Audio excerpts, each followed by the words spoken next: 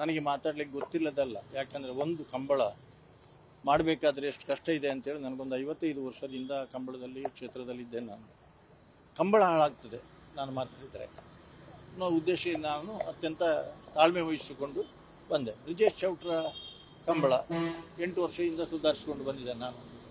ಈ ವರ್ಷವೂ ಕೂಡ ನನಗೆ ಬಾರಿ ತುರ್ತು ಕೆಲಸಗಳಿದ್ದರೂ ಕೂಡ ರಾತ್ರಿ 8 ಗಂಟೆಗೆ ಬಂದಿದ್ದೆ.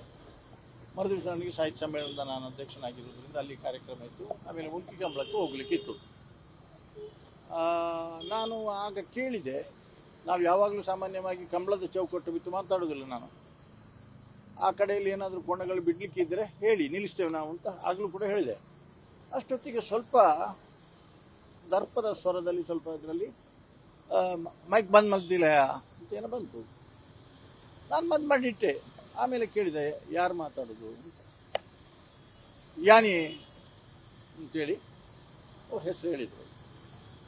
ನನಗೆ ಆಗ ಸ್ವಲ್ಪ ನೋವಾಯಿತು, ಮನಸ್ಸಿಗೆ ಬೇಸರ ಆಯಿತು. ಆದರೆ ಇದು ನನಗೆ ಹೊಸತಲ್ಲ, ಇಂಥದ್ದೆಲ್ಲ ಇನ್ಸಿಡೆಂಟ್ಸ್ಗಳು ನಡೆಯುವುದು. ನನ್ನನ್ನು ಶಾರ್ಪ್ ಶೂಟರ್ಸ್ ತೆಗಿತೇವೆ ಹಾಗೆ ಹೀಗೆ ಅಂತ ಹೇಳಿದವರು ಎಲ್ಲ ಇದ್ದಾರೆ. ನಾನು ಅಲ್ಲಿಂದ ಬಹಳ ತಾಳ್ಮೆ ವಿಷಯ. ಅದಕ್ಕಿಂತ ಮುಂಚೆ ನಾನು ಹೋದಾಗ ಕಂಬಳಕ್ಕೆ ಮುಚ್ಚೂರು ಕಲ್ಕುಡೆ ಬಂದು ನನಗೆ ಸ್ವಲ್ಪ ರ್ಯಾಶ್ ಮಾತಾಡಿ ಏಕವಚನದಲ್ಲಿ ಮಾತಾಡಿ ಎಲ್ಲ ಹೋಗಿದ್ದೆ. ಇವತ್ತು ನೀನು ಕಮಿಟಿಯ ಬಗ್ಗೆ ಮಾತಾಡಿದ್ದೆಲ್ಲ ಭಾಳ, ಅಂದರೆ ಅದರ ಹಿಂದಿನ ಕಂಬಳ ಒಕ್ಕಾಡಿ ಗೋಳಿ ಕಂಬಳವನ್ನು ನಿಲ್ಲಿಸಲಿಕ್ಕೆ ಈ ಕಮಿಟಿಯವರು ಕೋರ್ಟಿಗೆ ಹೋಗಿದ್ರು. ಕೋರ್ಟಿನಲ್ಲಿ ಚೀಮಾರಿ ಕಳಿಸಿದ್ರು. ಆಮೇಲೆ ಆ ಕಂಬಳವನ್ನು ಪ್ರಶಸ್ತಿ ಪ್ರದಾನ ಸಮಾರಂಭಕ್ಕೆ ಸೇರಿಸಬಾರದು ಅಂತೇಳಿ ಅಧ್ಯಕ್ಷರು ಅದರ ಬಗ್ಗೆ ಸಾಕಷ್ಟು ಪ್ರಯತ್ನ ಮಾಡಿದರು. ಅದು ಆಗಲಿಲ್ಲ. ನಾನು ಒಕ್ಕಾಡಿ ಕೋಡಿ ಕಂಬಳದ ಒಂದು ಘನತೆ ಗೌರವ ಹೇಳುವಾಗ ಯಾರ ಹೆಸರು ಹೇಳಿಲ್ಲ. ಆದರೂ ಕೂಡ ಈ ಜಾಗದ ಸತ್ಯ ಜನರ ಪ್ರಯತ್ನದಿಂದಾಗಿ ಇದು ನಡೀತಾ ಇದೆ. ಒಬ್ಬರು ಗಿಡ್ಡ ಆದದ್ದಕ್ಕೆ ತೋಟದಲ್ಲಿ ಜಾಗ ಕೊಟ್ಟು ಕರೆ ಊಟ ಮಾಡಲಿಕ್ಕೆ ಕೊಟ್ಟರು. ಇದು ಹೇಳಿದ್ದಾಗಲಿಲ್ಲ. ಬಂದು ನಾನು ಮೈಕ್ ಹಿಡಿದು ಕೂತ್ಕೊಂಡು ಶಬ್ದ ಆಗುವಾಗಲಿ ಅದಕ್ಕಿಂತ ಮುಂಚೆ ನನಗೆ ಗೊತ್ತಾದ್ದು ಮುಲ್ಕಿಯಲ್ಲಿ ಕಡಂಬಿ ಬತ್ತನ್ನ ಮೈಕ್ ಬರಬಲ್ಲಿ ಇಂಥ ಮುಚ್ಚೂರು ಕಲ್ಕಡಿದ್ದಿತ್ತಂತೆ. ಕಂಬಳ ಬ್ರಿಜೇಶ್ ಚೌಟ್ರದ್ದು. ನನಗೆ ಹೇಳಿದ್ದು ಬ್ರಿಜೇಶ್ ಚೌಟ್ರು ಬರಲಿಕ್ಕೆ. 8 ವರ್ಷ ಇದ್ದು ಹೋದದ್ದು ನಾನು ಅವರಿಗೋಸ್ಕರ, ಮತ್ತೆ ಕಂಬಳಕ್ಕೋಸ್ಕರ ಹೋದದ್ದು. ನಾನು ಹೇಳಿದೆ ಅವನಿಗೆ, ಏನು ಮಾತಾಡಬೇಕು ಹೇಗೆ ಮಾತಾಡಬೇಕು ಅಂತ ನಿನ್ನ ಹತ್ರ ಕೇಳಿ ನನಗೆ ಕಲಿಬೇಕಾಗಿಲ್ಲಪ್ಪ ಅಂತ. ಆದರೂ ಭಾರಿ ರಾಷ್ಟ್ರ ಮಾತಾಡಿವಿ, ಇನಿ ಪಾತಿರ್ತುಕ ನಿನ್ನ ಐತಂದ ಅಂತ ಹೇಳಿದ. ಆಮೇಲೆ ಅರುಣ್ ಶೆಟ್ಟಿಗೂ ನನಗೆ ಏನೂ ವೈಮನಸ್ಸಿಲ್ಲ. ನಾವು ಅತ್ಯಂತ ಆತ್ಮೀಯರಾಗಿದ್ದೇವೆ, ಈಗಲೂ ಇದ್ದೇವೆ, ಹಿಂದೆ ಇದ್ದೆವು. ಆದರೆ ಈ ಮನುಷ್ಯ ಹೋಗಿ ಆ ಧೈರ್ಯದಲ್ಲಿ ಹಿಂದಿನಿಂದ ಕೂತು ಇಷ್ಟೆಲ್ಲ ಆಗಿ ಆ ನಂತರ ನನಗೆ ಮತ್ತೆ ಬೇಸರ ಆದದ್ದು ಎಲ್ಲಿ ಅಂತ ಕೇಳಿದರೆ, ಇಷ್ಟೇ ಮಾತಾಡಿದ್ದಕ್ಕೆ ಮಂಗಳೂರಿನ ಕಂಬಳದಲ್ಲಿ ನಾಚಿಕೆಟ್ಟ ಕಡಂಬ ಅಂತ ವೈರಲ್ ಮಾಡಿದ. ಈಗ ಅದೇ ಸಮಸ್ಯೆ ಬಂದು ನಿಂತದ್ದು. ಈಗ ಇಡೀ 2 ಜಿಲ್ಲೆಯಲ್ಲಿ ಎಲ್ಲರೂ ಕೂಡ ನನ್ನ ಕೈಯಲ್ಲಿ ಇಲ್ಲ. ಯಾವುದು ಇದನ್ನು ಮೀಡಿಯಾದವರು ಗಮನಿಸಿದರು. ಎಲ್ಲರೂ ಮನೆ ಬಾಗಿಲಿಗೆ ಬಂದರು, ಕೇಳಿದರು. ನಾನು ಏನು ಉತ್ತರ ಕೊಟ್ಟೆ ಅಂದರೆ, ನಾನು ತಾಳ್ಮೆ ವಹಿಸಿದ್ದೇನೆ. ನಾನು ಯಾರಿಗೂ ಒಬ್ಬರಿಗೂ ಫೋನ್ ಮಾಡಿ ಹೇಳಿಲ್ಲ ಈ ಬಗ್ಗೆ. ಆದರೆ ಈ ಮೀಡಿಯಾದಿಂದಾಗಿ ಎಲ್ರಿಗೂ ಗೊತ್ತಾಗಿ ಈಗ ಎಲ್ಲ ಜಿಲ್ಲೆಯಲ್ಲಿ ಈಗ ನಾವು ಬರುವಾಗಲೂ ಕೂಡ ದುಬೈಯಿಂದ ಜರಿಕ್ ಮಂಗಳೂರಿನವರು ಡಿಸೋಸ ಅವರು ಫೋನ್ ಮಾಡಿದರು, ಮತ್ತು ಎಲ್ಲ ಮಾಡಿದರು. ನಾನು ಹೇಳಿದೆ, ನನಗೆ ಕಂಬಳ ಮುಖ್ಯ, ನಾನು ಮಾತಾಡಲಿಕ್ಕೆ ಹೋಗಲಿಲ್ಲ. ಆದರೆ ಚೌಟ್ರು ಇದರ ಬಗ್ಗೆ ಅವರ ಕಂಬಳ ಆದದ್ದರಿಂದ ಒಂದು ಸ್ಟೇಟ್ಮೆಂಟ್ ಕೊಡಬೇಕಿತ್ತು. ಅವರಿಗೆ ಕೇಳಿದಾಗ ಅವರು ಅದನ್ನು ಸ್ವಲ್ಪ ಹಗುರವಾಗಿ ತಗೊಂಡಾಗ ಕಾಣ್ತದೆ. ನನಗೆ ಸಂಬಂಧ ಹಾಗೆ ಹೀಗೆ ಅಂತೆಲ್ಲ ಗೊತ್ತಿಲ್ಲ ನನಗೆ. ಮತ್ತು ನನಗೆ ಫೋನ್ ಮಾಡಿದರು. ನಾನು ಹೇಳಿದೆ, ನಾನು ಬಂದು ನಿಮ್ಮ ಕಂಬಳದಲ್ಲಿ ನಡೆದಂಥ ಇನ್ಸಿಡೆಂಟ್, ನೀವು ಒಂದು ಸ್ಟೇಟ್ಮೆಂಟ್ ಕೊಡಿ, ಹಾಗೆಲ್ಲ ಸರಿ ಆಗ್ತದೆ ಅಂತ ಹೇಳಿದೆ ನಾನು. ಈಗ ಏನಾಗಿದೆ, 2 ಜಿಲ್ಲೆಯಿಂದ ಜನ ಎದ್ದಿದ್ದಾರೆ, ಯುವಕರು ಎದ್ದಿದ್ದಾರೆ. ನಾಳೆ ದಿವಸ ನನಗೆ ತಿಳಿದ ಹಾಗೆ ಮೂಡುಬಿದ್ರೆಯ ಸಮಾಜ ಮಂದಿರದಲ್ಲಿ 3:30 ಗಂಟೆಗೆ ಅಭಿಮಾನಿ ಬಳಗ ಅಂತ ದೊಡ್ಡ ಒಂದು ಮೀಟಿಂಗ್ ಹಾಕ್ಕೊಂಡಿದ್ದಾರೆ. ನಾನು ಹೋಗುವುದಿಲ್ಲ. ಮತ್ತೆ ತೇಪೆ ಹಾಕುವಂಥ ಪ್ರಯತ್ನ ಏನಾದರೂ ಮಾಡಿದರೆ ಯಾರು, ನಾನು ಅದಕ್ಕೆ ಬಗ್ಗುವುದಿಲ್ಲ. ಅಧ್ಯಕ್ಷರು ಈಗ ಇವರು ಅಧ್ಯಕ್ಷರಾದ ನಂತರವೇ ಈ ಸಮಸ್ಯೆ ಎಲ್ಲ ಪ್ರಾರಂಭ ಆದದ್ದು ಕಂಬಳದಲ್ಲಿ. ಮತ್ತೆ ಯಾಕೆ ನಾನು ಹೇಳ್ತೇನೆ, ಈಗ ಅಂದರೆ ಜಿಲ್ಲಾ ಕಂಬಳ ಸಮಿತಿಯ ಅವಧಿ 2 ವರ್ಷ. ಅದರ ಜನರಲ್ ಬಾಡಿಯೇ ಕರೆಯದೆ ಇವರಷ್ಟಕ್ಕೆ ಖುಷಿ ಬಂದ ಹಾಗೆ ಮಾಡ್ತಾ ಹೋದರೆ, ಇವ್ರಿಗೆ ಬೇಕಾದವ್ರನ್ನ ಸೇರಿಸ್ಕೊಂಡು ಮತ್ತೊಂದು ಇನ್ನೊಂದು ಮಾಡ್ತಾ ಹೋದರೆ ಜನ ಅದನ್ನು ಸಹಿಸುವುದಿಲ್ಲ. ಈಗ ಅಧಿಕಾರ ಅವಧಿ ಮುಗಿದ ನಂತರ ನಾನು ಅಧ್ಯಕ್ಷ ಅಂತ ಇವರಿಗೆ ಹೇಳುವಂಥ ನೈತಿಕತೆ ಇಲ್ಲ. ಒಂದು, ಎರಡನೇದಾಗಿ ಇದ್ರೂ ಕೂಡ ಇಷ್ಟು ಕಾದಲ್ಲ ಹೇಳುವಂಥದ್ದು. ಅವ್ರಿಗೆ ಗೊತ್ತಿತ್ತು ನನಗೆ ಅದರ ಬಗ್ಗೆಯೂ ಕೂಡ ರಿಯಾಕ್ಷನ್ ಇಲ್ಲ. ಆದರೆ ನಾನು ಈ ಕಾಂಪ್ರಮೈಸ್ಗೆ ಯಾರ ಬಾಗಿಲಿಗೂ ಹೋಗುವುದಿಲ್ಲ. ಕಂಬಳ ಸಮಿತಿ ಒಡೆದ ಮನೆ ಆಗಿರೋದು, ಕಂಬಳ ಪ್ರಿಯರಿ ಕೂಡ ಸ್ವಲ್ಪ ಮಟ್ಟಿಗೆ ಅಲ್ಲ, ಬಹಳ ನೋವಿದೆ, ನಮಗೆ ನೋವಿದೆ. ನಾನು 55 ವರ್ಷದಿಂದ 70ನೇ ಇಸ್ವಿಯಿಂದ ಕಂಬಳ ಸಮಿತಿಯಲ್ಲಿ ಇದ್ದು ಬಂದವ. ನಾನು 89ನೇ ಇಸ್ವಿಯಲ್ಲಿ ಈ ಜಿಲ್ಲಾ ಕಂಬಳ ಸಮಿತಿಯನ್ನು ಧರ್ಮಸ್ಥಳದ ವಸಂತ ಮಹಲ್ನಲ್ಲಿ ಪೂಜ್ಯ ಕಾಮಂದರ ಅಧ್ಯಕ್ಷತೆಯಲ್ಲಿ 2-3 ಜಿಲ್ಲೆಯ ಎಲ್ಲ ಕೋಣಗಳ ಯಜಮಾನರು ಮತ್ತೆ ಕಂಬಳಕ್ಕೆ ಸಂಬಂಧಪಟ್ಟ ಎಲ್ಲವರನ್ನು ಸೇರಿಸಿ ಆವತ್ತು ಚಾರಿತ್ರಿಕವಾದ ಸಮಾವೇಶ ಮಾಡಿ ಜಿಲ್ಲಾ ಕಂಬಳ ಸಮಿತಿ ರಚನೆ ಮಾಡುವಲ್ಲಿ ನನ್ನದೇ ಪ್ರಮುಖ ಪಾತ್ರ. 22 ವರ್ಷಗಳ ಕಾಲ ನಾನು ಅದರದ್ದು ನಿರಂತರವಾಗಿ ಕಾರ್ಯದರ್ಶಿಯಾಗಿ ಕೆಲಸ ಮಾಡಿದ್ದೇನೆ.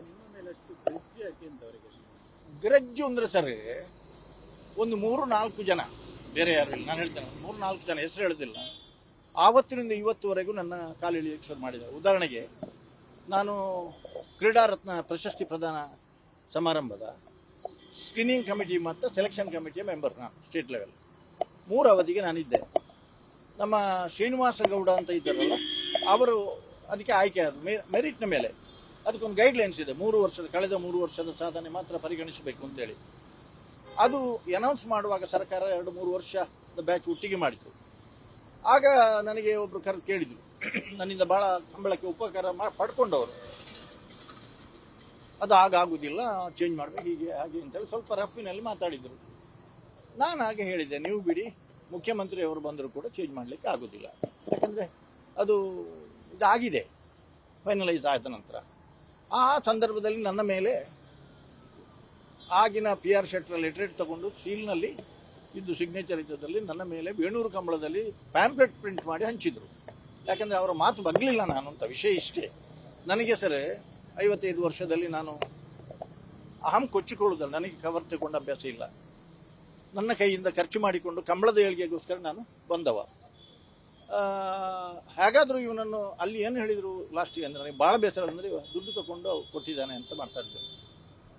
ನಾನು ಏನು ಮಾತಾಡಲಿಲ್ಲ, ಅದರ ಬಗ್ಗೆ ಹೋಗಲಿಲ್ಲ, ಅದಾಗಲಿಲ್ಲ. ನನ್ನ ಮನೆಗೆ ಒಂದು ಹಂತದಲ್ಲಿ ಒಬ್ಬ ಕೋಣ ಬಿಡುವವ ಅವನ ಬಗ್ಗೆ ದೂರು ಬಂತು. ಅದನ್ನು ವಿಚಾರಿಸಿದೆವು, ಅದಾಗಲಿಲ್ಲ ಅಂತೇಳಿ ಅವನಿಂದ ಮನೆಗೆ ನಾನು ಇಲ್ಲದೇ ಇದ್ದಾಗ ಮಿಸಸ್ಸಿಗೆ ಕಡಂಬ ಕಂಬಳಕ್ಕೆ ಬಂದರೆ ಕೈಕಾರ ಮುರಿತೇವೆ ಅಂತ ಬಂತು. ನಾನು ಬಗ್ಲಿಲ್ಲ. ಆಮೇಲೆ ಸ್ವಲ್ಪ ಸಮಯದಲ್ಲಿ ನಾನು ಮೀಟಿಂಗ್ನಲ್ಲಿ ಜನರಲ್ ಬಾಡಿ ಇರುವಾಗ ಮನೆಗೆ ಒಬ್ಬ ಮುಸುಕುದಾರಿಯಾಗಿ ಬಂದು ಮೋಟರ್ ಸೈಕಲ್ನಲ್ಲಿ ಮನೆಗೆ ಮಿಸಸ್ ಹತ್ರ ಲೆಟರ್ ಕೊಟ್ಟು ಹೋದ್ರು. ಏನಂದರೆ, ಬಾಂಬೆಯಿಂದ ಶಾರ್ಪ್ ಶೂಟರ್ಸ್ ಬಂದಿದ್ದಾರೆ, ಕಂಬಳಕ್ಕೆ ಅವ ಬಂದರೆ ಯಾವುದಾದ್ರು ಮೀಟಿಂಗಿಗೆ ಅಥವಾ ಯಾವುದಕ್ಕಾದ್ರೂ ಬಂದರೆ ಅವರನ್ನು ಶೂಟ್ ಮಾಡಿ ತೆಗಿತೇವೆ, ನಿನ್ನ ಮಾಂಗಲ್ಯ ಹೋಗ್ತದೆ ಅಂತ ಲೆಟರ್ ಕೊಟ್ಟು ಹೋದಾಗಲೂ ಕೂಡ ನಾನು ಬಗ್ಲಿಲ್ಲ. ಆದರೆ ಬಹಳ ದುರಂತ ಏನು ಅಂತ ಕೇಳಿದರೆ, ಆ ಕಾಗದವನ್ನು ಪ್ರಿಂಟ್ಔಟ್ ಮಾಡಿಸಿ ನಮ್ಮ ಕಂಬಳದ ಸೋಕಾಲ್ಡ್ ಲೀಡರ್ಸ್ ಅಂತ ಯಾರಿದ್ದಾರೆ ಅವರಿಗೆಲ್ಲರಿಗೂ ಕಳಿಸಿದೆ. ಯಾರು ಕೂಡ ಯಾವುದೇ ರಿಯಾಕ್ಷನ್ ಕೊಡಲಿಲ್ಲ ಅದರ ಬಗ್ಗೆ. ನಾನೇನು ಪಶ್ಚಾತ್ತಾಪ ಮಾಡಲಿಲ್ಲ, ಯಾಕೆಂದರೆ ವಿಧಿ ಹೇಗುಂಟು ಅಂತ ಯಾರಿಗೂ ಗೊತ್ತಿಲ್ಲ. ನನ್ನಲ್ಲಿ ಕಾಂಪ್ರಮೈಸಿನ ಪ್ರಶ್ನೆ ಇಲ್ಲ. ಕಾಂಪ್ರಮೈಸ್ ಅಂದರೆ ಆಮೇಲೆ ನಾವು ಇದನ್ನೇ ಎಲ್ಲ ಆಗಿ ಲೇಸರ್ ಬೀಮ್ ನೆಟ್ವರ್ಕ್ ಸಿಸ್ಟಮ್ ಮತ್ತು ನಾವು ಕಂಬಳ ಅಕಾಡೆಮಿ ಅಂತ ಮಾಡಿದ್ವಿ 2011ರಲ್ಲಿ. ಕಂಬಳ ಸಂರಕ್ಷಣೆ, ನಿರ್ವಹಣೆ ಮತ್ತು ತರಬೇತಿ ಅಕಾಡೆಮಿ ಅಂತ ಮಾಡಿದ್ವಿ. ಅದಕ್ಕೆ 2017ರಲ್ಲಿ ಕ್ರೀಡಾ ಪೋಷಕ ಪ್ರಶಸ್ತಿಯೂ ಕೂಡ ಸ್ಟೇಟ್ ಗೌರ್ಮೆಂಟ್ ಸಿಕ್ಕಿತು. ಅದರಲ್ಲಿ 6 ಬ್ಯಾಚ್ ನಾವು ಸ್ಟೂಡೆಂಟ್ಸನ್ನು ತಯಾರು ಮಾಡಿದ್ದೇವೆ. ಈಗ ಹೆಚ್ಚಾಗಿ ಓಡುವವರಲ್ಲಿ ಎಲ್ಲ ಶ್ರೀನಿವಾಸ ಗೌಡ ಆಗಲಿ, ಆಮೇಲೆ ನಮ್ಮ ನಿಶಾಂತ್ ಶೆಟ್ಟಿ ಆಗಲಿ ಅಥವಾ ವಂದಿತ್ ಶೆಟ್ಟಿ ಆಗಲಿ, ಎಲ್ಲ ನಮ್ಮ ಇದರ ತರಬೇತಿ ಪಡೆದು ಬಂದವರು. ತರಬೇತಿ ಆದ ತಕ್ಷಣ ಪರಿಪೂರ್ಣರಾಗ್ತದೆ, ಅವರಿಗೂ ಕೂಡ ಮನಸ್ಸು ಬೇಕು, ಒಳ್ಳೆಯ ಕೋಣಗಳೆಲ್ಲ ಸಿಗಬೇಕು. ಅಂಥ ಸಂದರ್ಭದಲ್ಲಿ ನನ್ನ ಬೆನ್ನು ಹಿಡಿದು ಅಂದರೆ ಯಾವುದಕ್ಕೂ ಬಗ್ಗುವುದಿಲ್ಲ. ನನಗೆ ಒಂದು ಬೀಡಿ ಹುಡಿಯು ಕೂಡ ಅಭ್ಯಾಸವು ಕೂಡ ನನಗೆ ಇಲ್ಲ. ದೇವರು ಏನೋ ಹೇಳಿದ್ದಾನೆ, ಕಂಬಳಕ್ಕೆ ಸಾಕಷ್ಟು ಅಡಿಗೆ ಕೊಡುವಂಥ ಒಂದು ಪ್ರಯತ್ನ ಮಾಡಿದ್ದೇನೆ. ಯಾಕಂದ್ರೆ ನಾನು ಒಂದು ಲೆಕ್ಚರರ್ ಆಗಿ, ಪ್ರಿನ್ಸಿಪಲ್ ಆಗಿ ಇದ್ದು ರಿಟೈರ್ಡ್ ಆಗಿ ಒಂದು 20-22 ವರ್ಷ ಆಯ್ತು ನಾನು. ಆ ಸಂದರ್ಭದಲ್ಲೇ ನನಗೆ ಆಸಕ್ತಿ ಇತ್ತು ಕಂಬಳಕ್ಕೆ. ಕೊಚಗೂಳಿಯ ಕಂಬಳದಲ್ಲಿ 70ನೇ ಇಸ್ವಿಯಿಂದ ಮೈಕ್ ಹಿಡಿದಿದ್ದೇನೆ. ನನ್ನದೇ ಆದಂಥ ರೀತಿಯಲ್ಲಿ ನಾನು ಎಲ್ಲಿಯೂ ಕೂಡ ಕಂಬಳದ ಚೌಕಟ್ಟಿನ ಹೊರಗೆ ಮಾತಾಡೋದಿಲ್ಲ. ಹಾಗಾಗಿ ಇವತ್ತು ಇಂಥ ಸ್ಥಿತಿ ಬಂದು ಅಂಥೇಳಿ ನಾನು ಪಶ್ಚಾತ್ತಾಪ ಪಡಲಿಕ್ಕೆ ಹೋಗೋದಿಲ್ಲ, ಯಾಕಂದರೆ ಇದು ನನಗೋಸ್ಕರ. ಆದರೆ ಅದನ್ನೇ ಒಂದು ದೊಡ್ಡ ಇಶ್ಯೂ ಮಾಡಿ ಮಂಗಳೂರಿನ ಕಂಬಳದಲ್ಲಿ ಕಡಂಬನಿಗೆ ಏನೋ ಬರೆದ್ರು ಈ ಮುಚ್ಚೂರು ಕಲ್ಕಡ. ಹಿಂದೆ ಕೂಡ ನನ್ನ ಬಗ್ಗೆ ಟೀಕೆ ಮಾಡಿದ್ದಾರೆ, ಟಿವಿಯಲ್ಲಿ ಹಾಕಿದ್ದಾರೆ. ಆಮೇಲೆ ಇದು ಟೈಮಿಂಗ್ಸ್ ಕರೆಕ್ಟ್ ಇಲ್ಲ ಅಂತೇಳಿ ಮೂಡುಬಿದ್ರೆ ಪೊಲೀಸ್ ಸ್ಟೇಷನ್ನಲ್ಲಿ ಕಂಪ್ಲೇಂಟ್ ಕೊಟ್ಟಿದ್ದಾರೆ ನಮ್ಮ ಮೇಲೆ. ಕಾನೂನು ಹೋರಾಟ ಮಾಡೋಕ್ಕೆ ಅಲ್ಲ, ನೋಡ, ನಮ್ಮಲ್ಲಿ ಬೇಕಾದಷ್ಟು ಜನ ಈಗ ಇನ್ಕ್ಲೂಡಿಂಗ್ ಹೈಕೋರ್ಟ್ ಲಾಯರ್ಸ್ ನಾವು ಫ್ರೀಯಾಗಿ ಮಾಡ್ತೇವೆ ಅಂತೆಲ್ಲ ಬಂದಿದ್ದಾರೆ. ನಾವು ನಮ್ಮ ಅಭಿಮಾನಿ ಬಳಗವನ್ನು ಕೇಳಿಕೊಳ್ಬೇಕು. ಯಾಕಂದರೆ ಇದರಿಂದ ಯಾವುದೇ ಸಂದರ್ಭದಲ್ಲಿ ಕಂಬಳಕ್ಕೆ ಡ್ಯಾಮೇಜ್ ಆಗಬಾರ್ದು ಅನ್ನೋದು. ಹಾಗಾಗಿ ಮಾಧ್ಯಮದವರ ಸಹಕಾರವನ್ನು ಈ ಸಂದರ್ಭದಲ್ಲಿ ಸಂಪೂರ್ಣವಾಗಿ ಸ್ಮರಿಸಿಕೊಳ್ತೇನೆ ನಾನು.